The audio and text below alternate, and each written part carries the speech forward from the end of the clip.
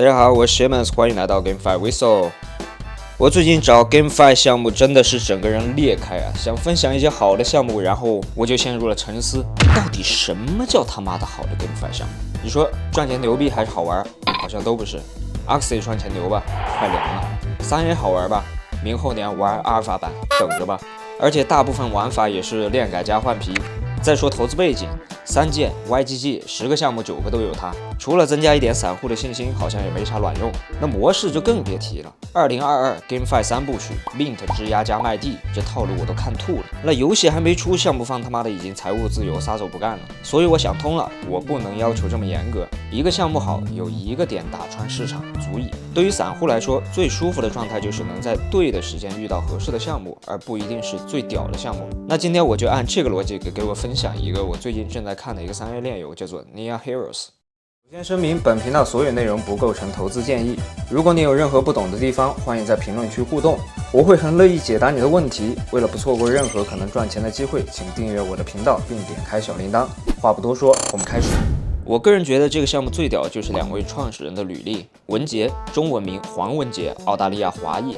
YouTube 顶流，从2013年开始运营账号，至今有近1400万的 YouTube 粉丝，播放量超过18亿，全网粉丝量突破3000万。不仅如此啊，他还是一名歌手和配音演员。另一位创始人 Max 是文杰的前男友，一直负责文杰所有账号的运营工作，也有参与一些视频录制。那他们在去年10月启动了 Nia Heroes 的项目，并且立刻获得了250万美元的种子轮融资。我认为这也是投资人看中他们的影响力吧。虽然他们2位已经在今年3月和平分手，但是整个项目依然在稳步推进。文杰呢，甚至在分手视频下方依然在很卖力的为这个 Nia Heroes喊单。那我认为相比于实名制的技术人员啊，实名制的公众人物会更靠谱一些，因为技术人员他本来就是幕后的工作者，割了韭菜呢之后换个匿名还能继续割。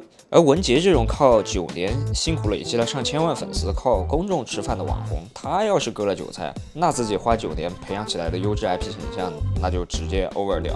所以我认为他没有必要拿自己的名誉和前途去做赌注。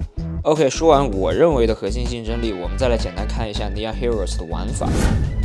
那游戏主要是分为 PVP 大逃杀玩法和 PVE 模式。PVP 类似于 PUBG，60名玩家在有限的地图上干架，谁能活到最后就能得到丰厚的奖励，包括猫咪核心、机甲核心、武器核心等等。那么通过投入代币，玩家可以通过核心铸造新的 NFT。那 PVE 就是人机对战刷副本，可以是单人模式，也可以是3人组队。游戏里有2个最重要的 NFT， 猫咪和守护机甲。初代猫咪限量11111个，其中5500个于去年10月份 mint 完毕 ，mint 价格3个 SOL 约合470 USD， 剩下的一部分投入公售或者被项目方用来空投赠送。而且每个猫咪持有者将会在近期被免费空投2个 NFT 机甲，用于游戏中的战斗，也就是470刀买3个限量版的 NFT， 价格还是可以接受的。当然，玩家也可以免费参与游戏，获得免费的非 NFT 猫咪和机甲，但是这些装备无法升级，所以免费玩家的游戏体验可能会有些差。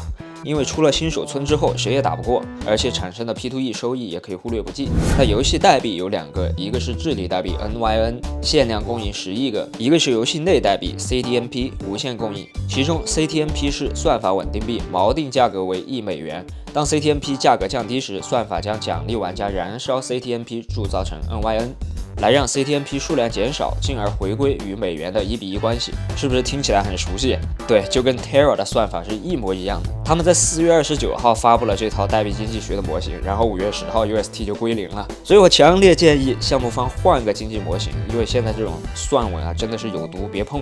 那进度方面呢，他们首轮的 mint 在去年10月份就已经结束了，但是呢，即将在本季度空投机甲 NFT。那因为最近熊来了，目前他们猫咪的地板价只有9.4个 SOL， 不到500 UST， 那就和 mint 价格差不多。其实现在买一只猫入场也是个不错的选择。那么也是因为熊市为了防止发币就破发，他们也是推迟了原计划，最近进行的 IDO， 转而进行了一波750万美元的战略级融资，这样项目的估值达到了1亿美元。不过1000美元融资呢，对于3A 游戏来说只能算洒洒水。那项目方可以通过这笔融资，正好在下半年打磨一下游戏质量，毕竟是熊市嘛。那我们也能在 Twitter 上看到他们基本上每天都会发布一些合作的活动，然后5月12号他们也发布了游戏的实际演示，而且任何变动他们都会在 Medium 发公告，包括新角色、新场景的设计过程，他们也会分享。